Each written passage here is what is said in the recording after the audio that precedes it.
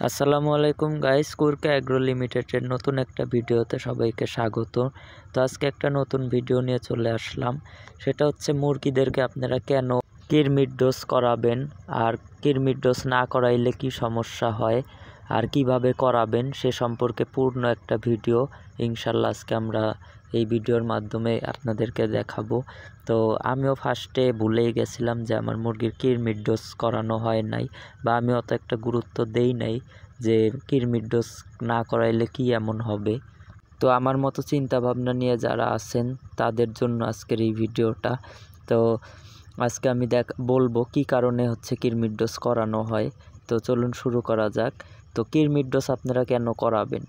মুরগি হচ্ছে যখন বড় হয় 35-40 দিন পার হয় তখনই নিয়ম হচ্ছে কিরমির ডোজটা করানো, কিন্তু আমি অত একটা গায়ে লাগাই নাই। তো আমারগুলো এখন 3 মাস আপ বয়স। তো যেমনটা ওজন হওয়ার কথা ছিল তেমনটা হয় নাই, তো ওর থেকে কিছু কম আছে। তো আমি দেখলাম যে যেমন খাওয়াচ্ছি তেমন ওজন পাচ্ছি না। পরে এটা নিয়ে ঘাটাঘাটি করে জানতে পারলাম মুরগির ভিতরে যদি কৃমি হয়ে থাকে তাহলে হচ্ছে মুরগি যে খাবার খায়, খাবারের পুষ্টিটা মুরগির শরীরে না যায়, সেটা কৃমির পেটে যায়। তো যার কারণে হচ্ছে শরীর স্বাস্থ্য বাড়ে না, তারপরে যেগুলো ডিমের মুরগি ঠিক মতো ডিম পারে না। হ্যাঁ, তো আমি এক জলযন্ত্র প্রমাণও পাইছি। আমার এক ফ্রেন্ড হচ্ছে 10 পিস নিছিল, তো ওর 6-7 মাস হয়ে গেছে, তাও বললে ঠিক মতো ডিম পারে না। পরে জানতে পারলাম যে ওর হচ্ছে মানে কৃমির ওষুধ ডোজ করায় নাই সেই কারণে। তো যাই হোক, আজকে হচ্ছে আমি যে কৃমির ওষুধগুলো খাওয়াবো সেগুলো হচ্ছে লাস্টে আমি ছবি দেখায় দিব।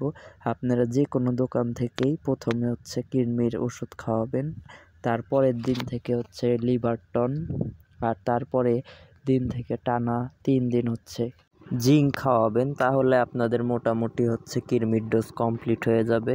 আর এই কৃমির ডোজটা সাধারণত আপনারা প্রতি 2.5 থেকে 3 মাস পর পরই করতে হবে। আর যদি না করেন তাহলে ডিমের প্রোডাকশন বা মাংসের প্রোডাকশন কমে যাবে। সে কারণে হচ্ছে প্রতি 2.5 থেকে 3 মাস। তো আমার কাছে কৃমির ওষুধটা নিচে হচ্ছে 20 টাকা, আর হচ্ছে লিভারটন নিচে 120 টাকা, আর জিঙ্ক নিচে হচ্ছে 80 টাকা ভালো কোম্পানির। তো এইরকমই দাম। তো চলুন এখন দেখা যাক কোন কোন কোম্পানিরটা খাওয়াইলে ভালো হয়। আমি এখানে যেগুলা পাইছি সেগুলাই কিনছি। এই কৃমির ওষুধ লিভারটনের বিভিন্ন ধরনের কোম্পানির হয়ে থাকে। তো আপনাদের ওখানে যেটা পাবেন ওটাই নেবেন, খালি একটু কোম্পানির নামটা দেখে নেবেন। তো আমি ব্যবহার করেছি হচ্ছে প্যারাভেট, এটা হচ্ছে কৃমির ওষুধ। তো এটা মোটামুটি ভালো কোম্পানি। এরপরে লিভারটন হচ্ছে হ্যাপাটনিক, এই হ্যাপাটনিকও মোটামুটি ভালোই কোম্পানি। তো এটা আপনারা ইউজ করতে পারেন লিভারটনিক হিসেবে। আর জিঙ্ক আপনারা যে কোনো একটা ব্যবহার করলেই হবে। এই প্রোবুস ভেটটাও ভালো।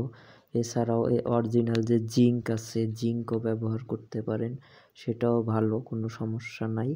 জিঙ্কের ব্যবহারের নিয়ম হচ্ছে 3 দিন, আর লিভারটনিক 1 দিন ইউজ করবেন।